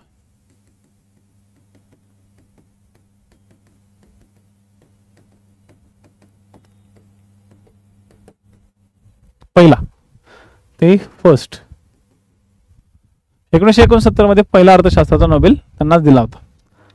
त्याच्यानंतर येतो ओके, त्यानंतरचा एक भाग येतो तो म्हणजे सूक्ष्म अर्थव्यवस्थेच्या इतर कन्सेप्ट्स. त्याच्यामध्ये सूक्ष्म अर्थव्यवस्थेची वैशिष्ट्ये, की सूक्ष्म अर्थव्यवस्थेमध्ये नक्की काय काय भाग येतो, या ठिकाणी कशा कशाचा अभ्यास केला जातो, कोणते कोणते भाग येतात. ठीक आहे, आताच तुम्हाला मी सांगितलं की वस्तू आणि सेवा यांच्या किमती निर्धारित करण्यासाठी, कामगारांचे पगार निर्धारित करण्यासाठी, भत्ते तयार करण्यासाठी किंवा बिल बनवण्यासाठी ह्याचा वापर केला जातो. ह्या सगळ्या गोष्टी कशाच्या आधारावर चालतात? तर त्या ठिकाणी ह्या गोष्टी श्रम, भूमी इत्यादी गोष्टींवरती चालतात. आता समग्र आपण आरामशीर बघू. पहिले आपण सूक्ष्म अर्थव्यवस्थेला पडताळू. तर सूक्ष्म अर्थव्यवस्थेची काही वैशिष्ट्ये असतात. ठीक आहे, सूक्ष्म अर्थव्यवस्थेची काही वैशिष्ट्ये असतात ते आपण बघू. जसं फॉर एक्झाम्पल पहिला पॉइंट आहे तो म्हणजे किंमत निश्चित करण्यासाठी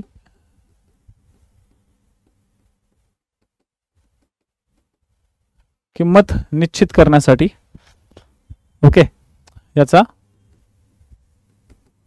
वापर केला जातो. वस्तूची किंमत निश्चित करायची. मग वस्तूची किंमत निश्चित करण्यासाठी ठीक आहे त्यांचा कच्चा माल किती रुपयाला पडला, त्याच्यावर प्रक्रिया किती रुपयाची झाली आणि त्यानंतर मग त्याची किंमत ठरवली जाते. फॉर एक्झाम्पल कच्चा माल समजा 50 रुपयाला पडला, ओके, त्याच्यामध्ये प्रक्रिया समजा 20 रुपयाची झाली, ओके, प्रक्रिया समजा 20 रुपयाची झाली, मग त्यावरती ओके त्यावरती नफा ऍड केला जातो. नफा 20 रुपयाचा समजा पकडला आणि त्यानंतर ओके या सगळ्यांना इक्वल करून त्याची किंमत 90 रुपये ठरवली जाते.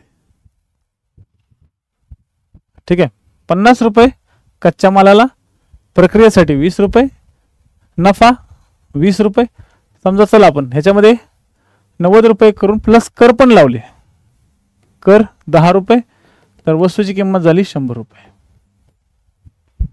किती झाली वस्तूची किंमत? 100 रुपये. म्हणजे थोडक्यात लक्षात ठेवा, किंमत निश्चित करण्यासाठी एखादी वस्तू तयार करायची, समजा आपल्याला एक चप्पल तयार करायची, तर चप्पलीसाठी कच्चा माल लागला 50 रुपयाचा, चप्पल बनवण्याची प्रक्रिया लागली 20 रुपयाची. तर चप्पल कंपनी 20 रुपये नफा कमावणार, त्याच्यावरती 10 रुपयाचा कर लावणार, असं सगळ्यांची टोटल करणार आणि 100 रुपये प्राइस तुमच्यासाठी MRP साठी तुमच्यासाठी ठेवून देणार. ठीक आहे. जर ह्या सगळ्या गोष्टी निर्धारित करण्यासाठीच सूक्ष्म अर्थव्यवस्थेची गरज पडते. आता लक्षात आलं सूक्ष्म अर्थव्यवस्थेचा वापर कुठे होतो? ठीक आहे. म्हणून दुसरा पॉइंट लक्षात ठेवायचा की सूक्ष्म अर्थव्यवस्थेचा वापर, ओके, सूक्ष्म अर्थव्यवस्थेचा वापर कशासाठी होतो? तर वैयक्तिक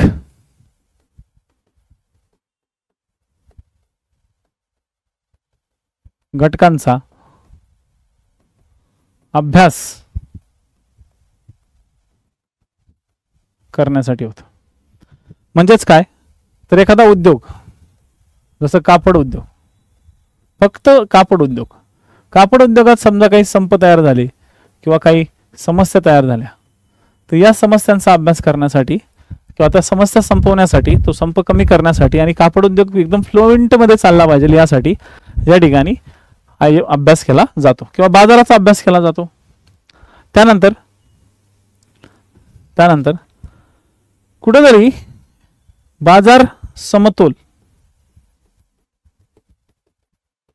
राखण्यासाठी, बाजारात समतोल राखण्यासाठी याचा वापर केला जातो. बाजारात समतोल राखण्यासाठी याचा वापर केला जातो म्हणजे नक्की काय? बाजारात समतोल राखण्यासाठी याचा वापर केला जातो म्हणजे नक्की काय? ठीक आहे. बरेचदा एखादा उपभोक्ता, ठीक आहे, म्हणजे एक कंपनी आपला माल बाजारात विकते,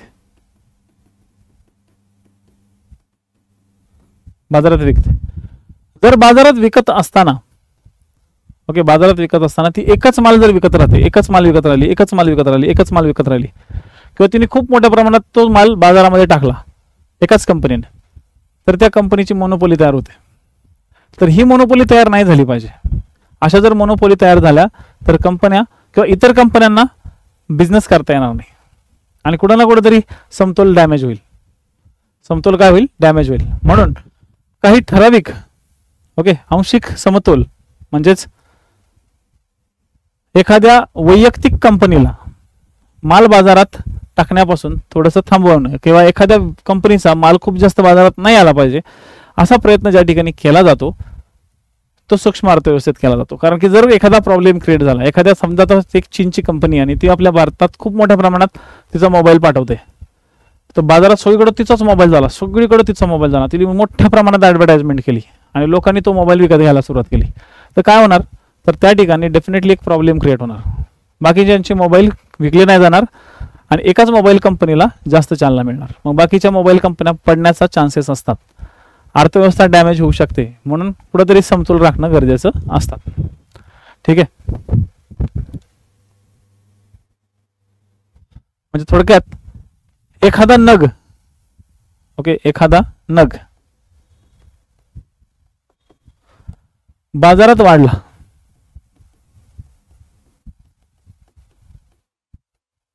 एखादा नग बाजारात वाढला तर त्याचा परिणाम मोजणे हे काम, त्याचा परिणाम मोजणे हे काम सूक्ष्म अर्थव्यवस्थेमध्ये केलं जातं. ठीक आहे, सूक्ष्म अर्थव्यवस्थेमध्ये केले जाते.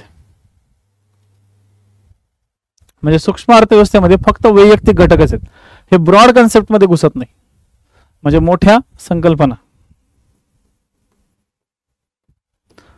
संकल्पनांचा हे विचार करत नाहीत, ह्या ब्रॉड कन्सेप्ट मध्ये जातच नाहीत. ह्या कशामध्ये जातात?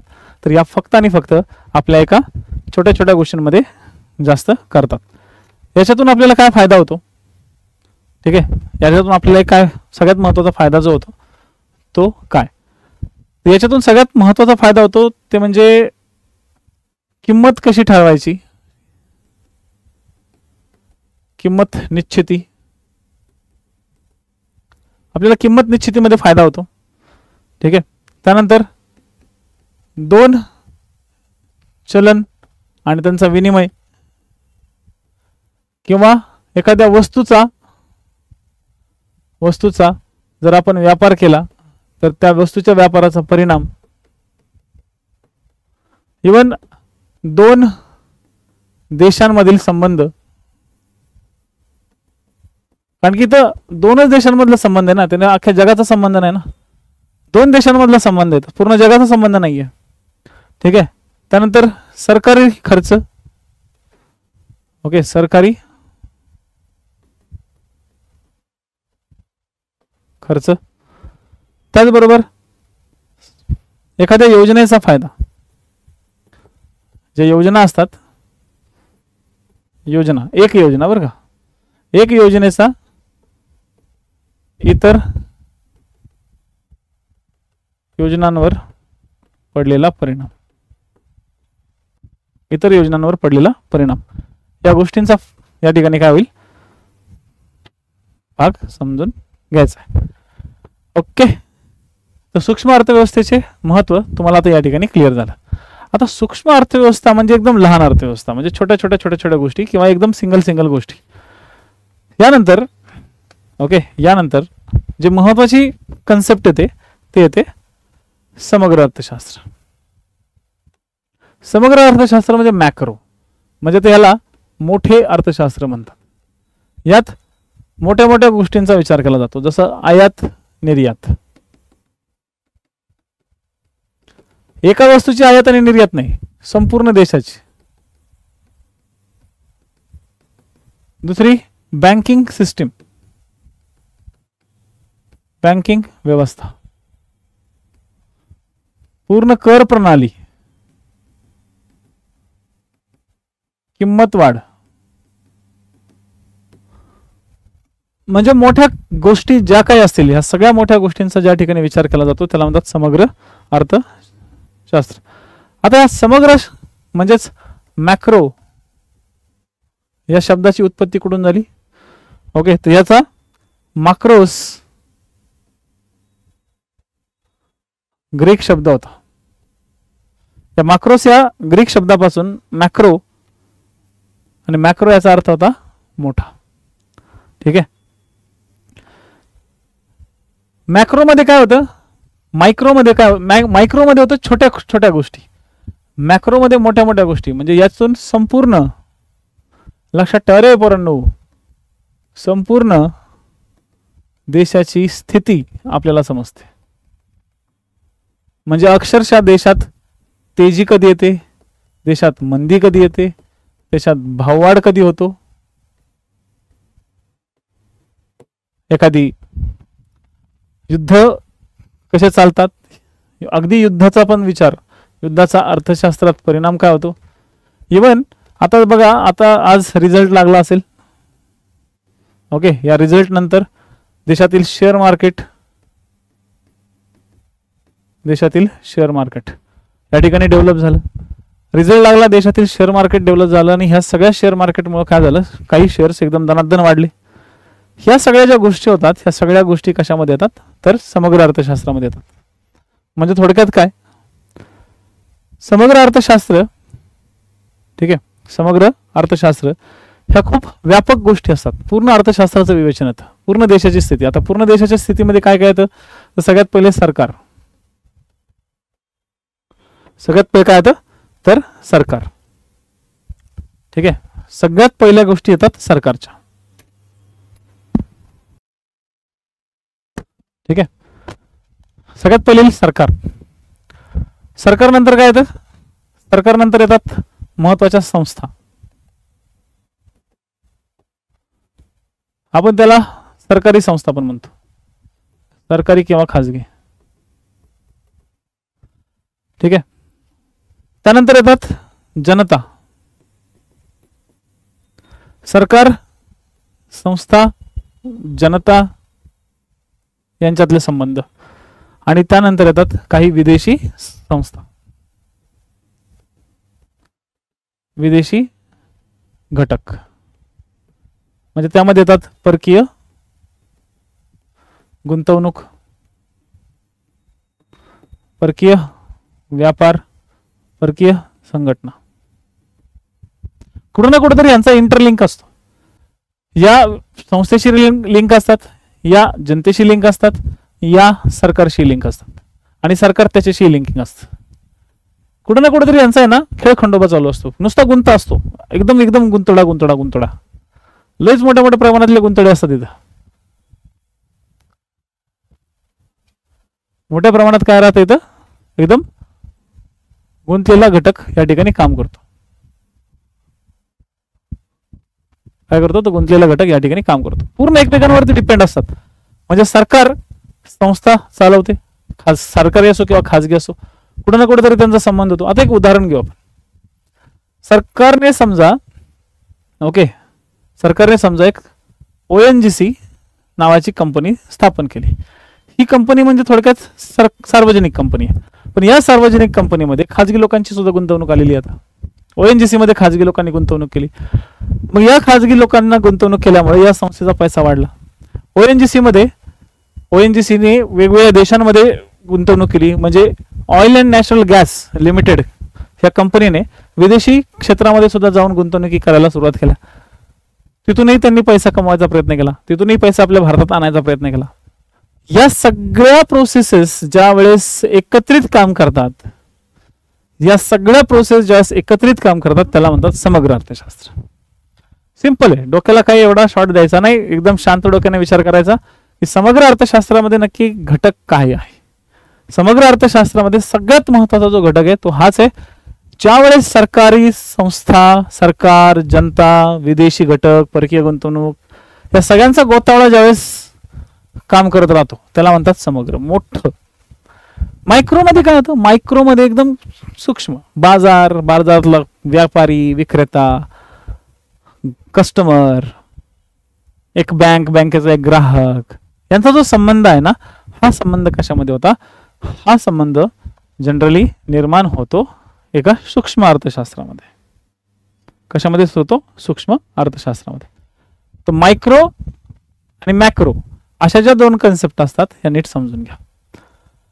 सूक्ष्म किंवा स्थूल अर्थशास्त्र जे आहे,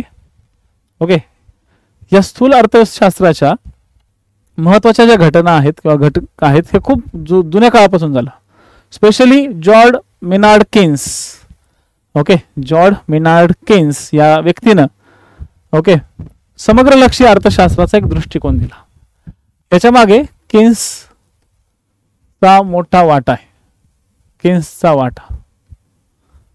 जॉन मेनार्ड केन्स यांनी पैसा, व्यापार, व्याज, रोजगार या सगळ्यांचा एक अर्थ लावला होता. म्हणजे समग्र अर्थशास्त्राची खरी सुरुवात ही 18व्या शतकापासून चांगली झाली होती. आणि लॉर्ड केन्स म्हणजे जॉन केन्स, तसंच पुढे मार्क्स, फ्रीडमन, अमर्त्य सेन सुद्धा, आणि आताच्या काळातले क्रुगमन साहेब, या क्रुगमनने सुद्धा या समग्र लक्ष्य अर्थशास्त्राचा अभ्यास केलेला आहे. नवा व्यापार सिद्धांत, आयर्विन फिशर, हे सगळे जे लोक आहेत ना, Irving Fisher, Krugman, Amartya Sen, Keynes, हे सगळे लोक समग्र लक्षी अर्थशास्त्राचे मोठ्या प्रमाणात अभ्यास करणारे अर्थतज्ञ आहेत. तर कधी कधी तुम्हाला आयोग हे विचारू शकतं की कोणत्या व्यक्तीने किंवा कोणते अर्थतज्ञ कोणत्या शास्त्राशी रिलेटेड आहेत. तर मी हे सगळे आरामशीर नंतर काय करा, एकदा पाहून घ्या. लेक्चर्स मध्ये ज्या ज्या गोष्टी मी बोलतोय त्या सुद्धा गोष्टी तुमच्या नोट्स मध्ये असू द्या. लेक्चर थांबवायचं, लिहून घ्यायचं. बऱ्याचशा लोकांना एक वाईट सवय लागलेली असते ऑनलाईन लेक्चरच्या काळात की ते अगदी 2x स्पीडने किंवा 1.5x स्पीडने लेक्चर पळवतात आणि पटापट लेक्चर्स कव्हर करायचा प्रयत्न करतात. शांतपणे समजून घेऊन पुस्तकाच्या हिशोबानं वाचायचा प्रयत्न करा. आणि मी तुम्हाला ऑलरेडी सांगितलेलं आहे की अर्थशास्त्रामध्ये पुस्तक कुठले घ्यायचे. अर्थशास्त्रामध्ये 3 पुस्तकं तुम्हाला सगळ्यात महत्वाची आहेत. 3 पुस्तकं. त्या 3 पुस्तकांपैकी तुम्हाला फक्त एक घ्यायचे. तिन्हीच्या तिन्ही अंगावर बसवायचे नाहीतर काहीच कंप्लीट होणार नाही. त्यातलं सगळ्यात साधं आणि सिंपल जे तुम्हाला लगेच समजेल असं जे पुस्तक आहे ते भस्के सरांचं आहे. ठीक आहे. ओके, गजानन बसके सर, जे आता पुस्तक नवीन आलेले आहे त्यांच्या संकल्पना खूप दिलेल्या आहेत सिस्टमॅटिकली, जे तुम्हाला एकदम मधल्या लेवलवरती जर जायचंय अर्थशास्त्रामध्ये तर त्यासाठी तुम्ही रंजन कोळंबे सरांचं पुस्तक यूज करू शकता. आणि तुम्हाला जरा माझे लेक्चर्स सोबत सोबत हाय लेवलचा पण अभ्यास ठेवायचा, म्हणजे तुमचा अभ्यास बऱ्यापैकी आहे, 2-3 वेळा तुम्ही एक्झाम दिलेल्या आहेत आणि तुम्हाला अर्थशास्त्र व्यवस्थित समजतो आणि गरज आहे फक्त एक चांगल्या पुस्तकाची. तर त्यासाठी देसले सरांचं पुस्तक चांगलं आहे, किरण देसले सरांचं सुद्धा पुस्तक व्यवस्थित आहे. हे 3 पुस्तकांपैकी कुठलंही एक घ्या, तुमच्या पातळीनुसार घ्या. तुमची कुठली पातळी आहे हे मला नाही माहिती, तुम्ही नुकतेच अभ्यास करायला लागला असाल तर तुम्ही पहिले क्रमिक जरी वाचलं तरी चालेल, किंवा मी जे नोट्स लिहून देतोय तुम्हाला या ठिकाणी तेवढे जरी नोट्स तुमच्याकडे लिहून ठेवल्या तरी चालेल, नो प्रॉब्लेम. पण एखादं पुस्तक तुमच्याकडे असावं की ज्या पुस्तकातून तुम्ही अवांतर वाचन करत राहाल. एक अवांतर वाचनासाठी पुस्तक गरजेचं असतं. तर स्थूल किंवा सूक्ष्म अर्थशास्त्राची जी व्याप्ती आहे ती केन्सने सांगायचा प्रयत्न केला. आता या व्याप्तीकडे आपण थोडंसं वाटचाल करू. तर याच्यात काय होतं, ठीक आहे, याच्यामध्ये उत्पन्न आणि रोजगार जर वाढवायचा असेल, ओके, याच्यातून काय वाढतं बघा, याची व्याप्ती कुठपर्यंत जाते. उत्पन्न व रोजगार वाढ करायची असेल तर आपल्याला समग्र अर्थशास्त्र गरजेचं आहे. हे कधी वाढेल? उत्पन्न तेव्हाच वाढेल ना की जेव्हा आपल्या देशामध्ये रोजगार वाढेल. म्हणजे हे एकमेकांवर डिपेंड आहेत. उत्पन्न जर वाढवायचे तर रोजगार वाढवणं गरजेचं आहे, आणि रोजगार वाढवणं गरजेचं आहे तर तुमच्या देशात गुंतवणूक वाढवणं गरजेचं आहे. गुंतवणूक वाढवणं गरजेचं आहे, आणि गुंतवणूक वाढण्यासाठी परत तुम्ही देशी और विदेशी गुंतवणुकीला काय करणार, तुम्ही आकर्षित करणार. देशी गुंतवणुकीला तुम्ही आकर्षित करणार, विदेशी गुंतवणुकीला तुम्ही काय करणार, आकर्षित करणार.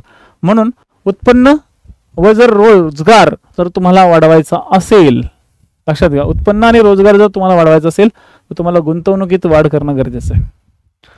देशी व विदेशी गुंतवणूक वाढवणं गरजेचं आहे. तरच तर तुमच्या देशात गुंतवणूक येईल ना, किंवा तरच तर तुमच्या देशामधली गुंतवणूक. मग याच्यासाठी काय करणं गरजेचं आहे? देशी गुंतवणूक वाढवायची असेल तर देशी गुंतवणूक वाढवायची असेल तर खाजगी लोकांना तुम्हाला चालना द्यावी लागेल.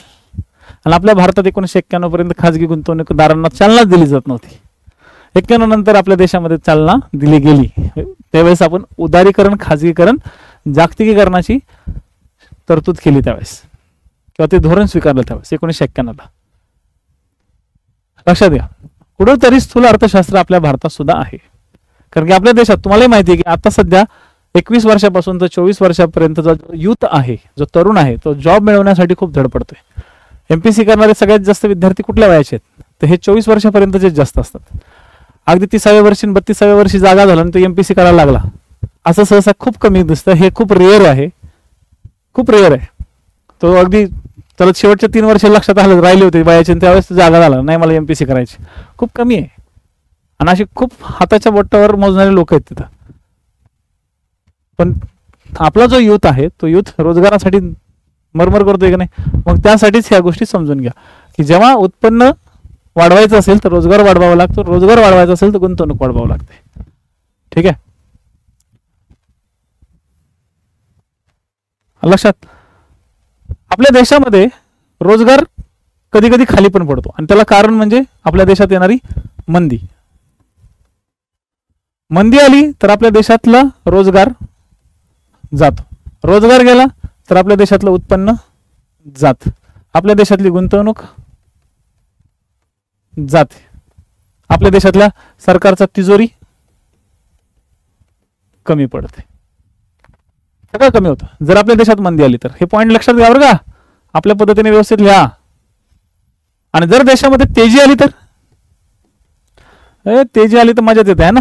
तेजी आली की मागणी वाढते, इथं मागणी कमी होते, हे पण पॉईंट लिहा. मागणी कमी होते, मागणी वाढते, मागणी वाढली रोजगार वाढतो, रोजगार वाढला की उत्पन्न वाढतं, उत्पन्न वाढलं की गुंतवणूक वाढते, आणि गुंतवणूक वाढली की आपल्या सरकारला तिजोरी मस्तपैकी फुलफिल होते. कारण की सरकारला काय होते, कर मिळतो, करातून पैसा मिळतो, सरकारचं चांग भलं होतं सगळं. म्हणून तेजी मंदी कुठं ना कुठेतरी काय असते, गरजेची राहते. आणि म्हणून समग्र अर्थशास्त्रामध्ये किंवा स्थूल अर्थशास्त्रामध्ये तेजी मंदीचा अभ्यास केला जातो. तेजी मंदीचा अभ्यास सूक्ष्ममध्ये कसा काय केला जाईल? ही तेजी मंदी खूप मोठी आहे ना, बघा ना किती गोष्टींवरती ती इम्पॅक्ट पाडते की नाही पाडत आहे? पाडते ना. आणि ज्या वेळेस तेजी मंदी ह्या गोष्टी येतात त्यावेळेस कुठेतरी विकास पण दिसतो. आता बघू काही दिवसात आपल्या देशाचा विकास किती होतोय ते. आता देशात बघा नवीन सरकार बनते. आता हे सरकार कशाचं बनेल, कोणाचं बनेल, काय बनेल ह्याच्यावर पण देशाचा विकास डिपेंड आहे. आपण असंच बोलतो ना, बोलता बोलता आपल्या घरातली लोक पण असाच विचार करतात, अरे आता कोणाचं सरकार बनेल, आता ह्याचं सरकार बनलं तर हा खरंच विकास करेल का देशाचा, अमुक अमुक जो कोणी XYZ आहे तो आला. विकासाची गोष्ट आलीच ना. मग ही जी विकासाची जी गोष्ट आहे ही विकासाची गोष्ट आपल्या देशात कुठं ना कुठं तरी दिसणं गरजेची असते. आणि जेव्हा आपल्याला ह्या गोष्टी दिसतात कुठं ना कुठं तरी असं वाटतं की अरे ही खूप वेगळी गोष्ट आहे. म्हणून आपल्या देशाचा विकासाची ज्यावेळेस गोष्ट येते त्यावेळेस आपण समग्र लक्ष्य अर्थशास्त्राची गोष्ट करतो. ठीक आहे. त्याच्यामुळे आपल्या समग्र अर्थशास्त्राला एक खूप व्यापक स्वरूप काय मिळालेलं आहे. काय मिळतं? एक व्यापक स्वरूप या ठिकाणी काय होतं मिळतं. आणि म्हणून समग्र अर्थशास्त्र आपल्याला रोजगार स्थिती, दारिद्र्य, आर्थिक स्वावलंबन, आपली कर प्रणाली, व्यापार, गुंतवणूक या सगळ्या सेक्टरमध्ये आपल्याला ही अर्थशास्त्र घेऊन जातं. आणि म्हणून ह्याचं महत्त्व खूप इम्पॉर्टंट आहे. प्रत्येक क्षेत्रामध्ये, आताच्या देशातल्या प्रत्येक क्षेत्रामध्ये, ठीक आहे, प्रत्येक क्षेत्रामध्ये कुठं ना कुठं तरी ह्या धोरणं गरजेची आहेत समग्र अर्थशास्त्राची. तर आज आपण सूक्ष्म अर्थशास्त्र, समग्र अर्थशास्त्र यांच्या काय बेसिक संकल्पना, अर्थशास्त्राची व्याख्या हे पहिल्या लेक्चरमध्ये एवढं मला तरी वाटतं सफिशियंट आहे की ज्याच्यातून तुम्हाला एक प्रॉपर अर्थशास्त्राचा जो पार्ट आहे किंवा जो सुरुवात आहे ही तुम्हाला एकदम प्रॉपरली या ठिकाणी समजलेली आहे. आता उद्या किंवा परवा, आता आपण दिवसाडच भेटणार आहोत. तर परवापासून अर्थव्यवस्था काय, अर्थशास्त्र नाही, आता अर्थव्यवस्था काय, इकॉनॉमी म्हणजे काय, इकॉनॉमीचा भाग काय, कशा स्वरूपात अर्थव्यवस्था काम करते, अर्थव्यवस्था कशा प्रमाणात देशाला चालवते, हा भाग आपल्याला समजून घ्यायचा आहे. तर परवाच्या दिवशी अर्थव्यवस्थेवरती आपलं लेक्चर होईल. पहिल्या चॅप्टरमध्ये मी तुम्हाला जास्त खोलात घेऊन तर नाही गेलो, पण ज्या महत्त्वाच्या संकल्पना आहेत ह्या संकल्पना मात्र मी तुम्हाला क्लिअर केल्या. जे कोणी नवीन विद्यार्थी तयारी करतायत त्यांच्यासाठी या संकल्पना खूप महत्त्वाच्या आहेत. ठीक आहे. या संकल्पना जर तुम्हाला समजल्या नसतील, ठीक आहे, तर ते तुम्ही मला विचारू शकता. आणि जर समजल्या असतील तर माझी एकच रिक्वेस्ट आहे, ह्या सगळ्या कन्सेप्ट व्यवस्थित लिहून घ्या आणि मी सांगितलेल्या कोणत्याही 3 पुस्तकापैकी एक पुस्तक घ्या. त्या 3 पुस्तकापैकी एक पुस्तक आणि त्या पुस्तकाला व्यवस्थित रीडिंग करणं, समजून घेणं आणि त्याला थोडा वेळ देणं, याच्यासाठीच आपण दिवसाड लेक्चरचं सध्या नियोजन ठेवलेलं आहे. ठीक आहे. उद्या सकाळी इतिहासाला आणि सायंकाळी कशाला तर पॉलिटीला आपण उद्या भेटू. ठीक आहे. चला, धन्यवाद. Thank you so much. परत भेटू. जय हिंद, जय महाराष्ट्र.